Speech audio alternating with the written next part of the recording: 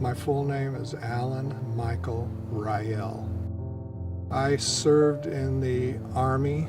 I took my advanced training in heavy equipment operation in Fort Leonard Wood, Missouri. I finally ended up in Vietnam in February of '67. I was sent to An Khê in the Central Highlands. I was the radio operator until I was shot through the chest. When they were sending me out to the nighttime shift, we were outside the base camp perimeter. We heard this Vietnamese dog that we adopted barking and decided that it would be a good idea to go ahead and check what was going on. The Viet Cong would be in little groups around, and I called to my friend to stop, and apparently he didn't hear me. They opened up with an AK-47 and they cut him from the hip and neck and face area. I saw one of them run by and I shot, and before I was able to shoot again, I was hit in the chest, went through the top of my lung, and I lost 15% of it.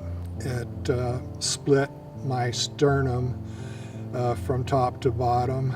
It broke my second, third, and fourth rib on the spine and damaged the nerves attached to them. And it went out through my shoulder blade. They put me on a stretcher and got me in the helicopter, took me to the base camp hospital. They says, well, you're going to start going to sleep now, which I thought, okay, this is the end. I didn't make it, but fortunately I woke up the next morning. I was hospitalized for about 45 days after I was shot. Here is my Purple Heart and the certificate that goes along with it. Given an honorable discharge July of '68.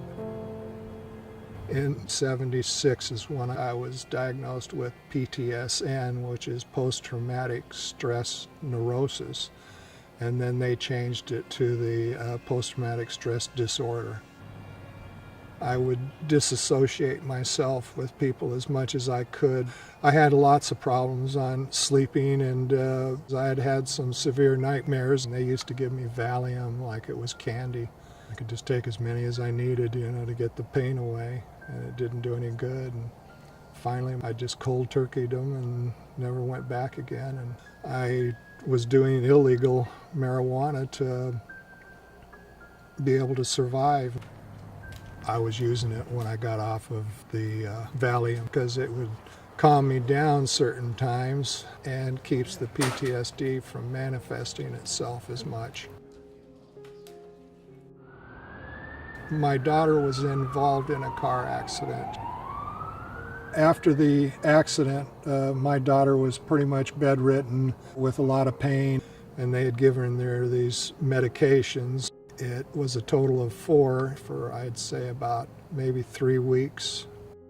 When I first started noticing my daughter's effects of the opiates, I decided to grow marijuana because when I had been using it, I didn't need the pain pills as much. I had some friends that were able to get me what I needed in plants to be able to grow. And they were drying. Within a few days, they were going to be ready for her to use. I had been sitting next to my daughter during that time, and she seemed to be okay. Then I touched my daughter's face, and it was cold. Well, the paramedics got there, and they found out that she was brain dead.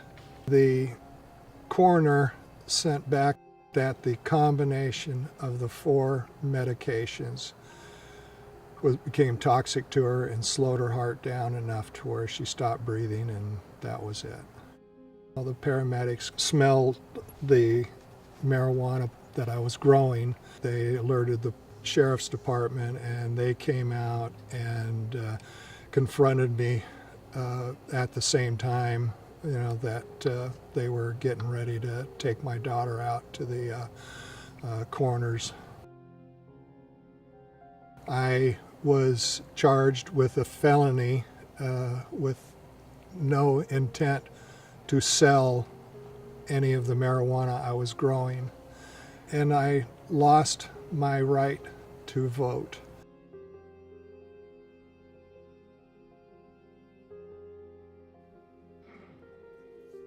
I love my country. I'll do anything for my country. I've wanted to vote so many times since all this has happened.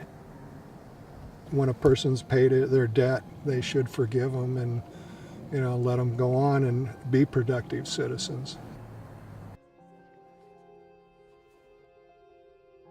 The veterans have defended the right to vote around the world. We need to defend it here in Florida also. Please vote yes on the amendment in November. We deserve a chance to vote also.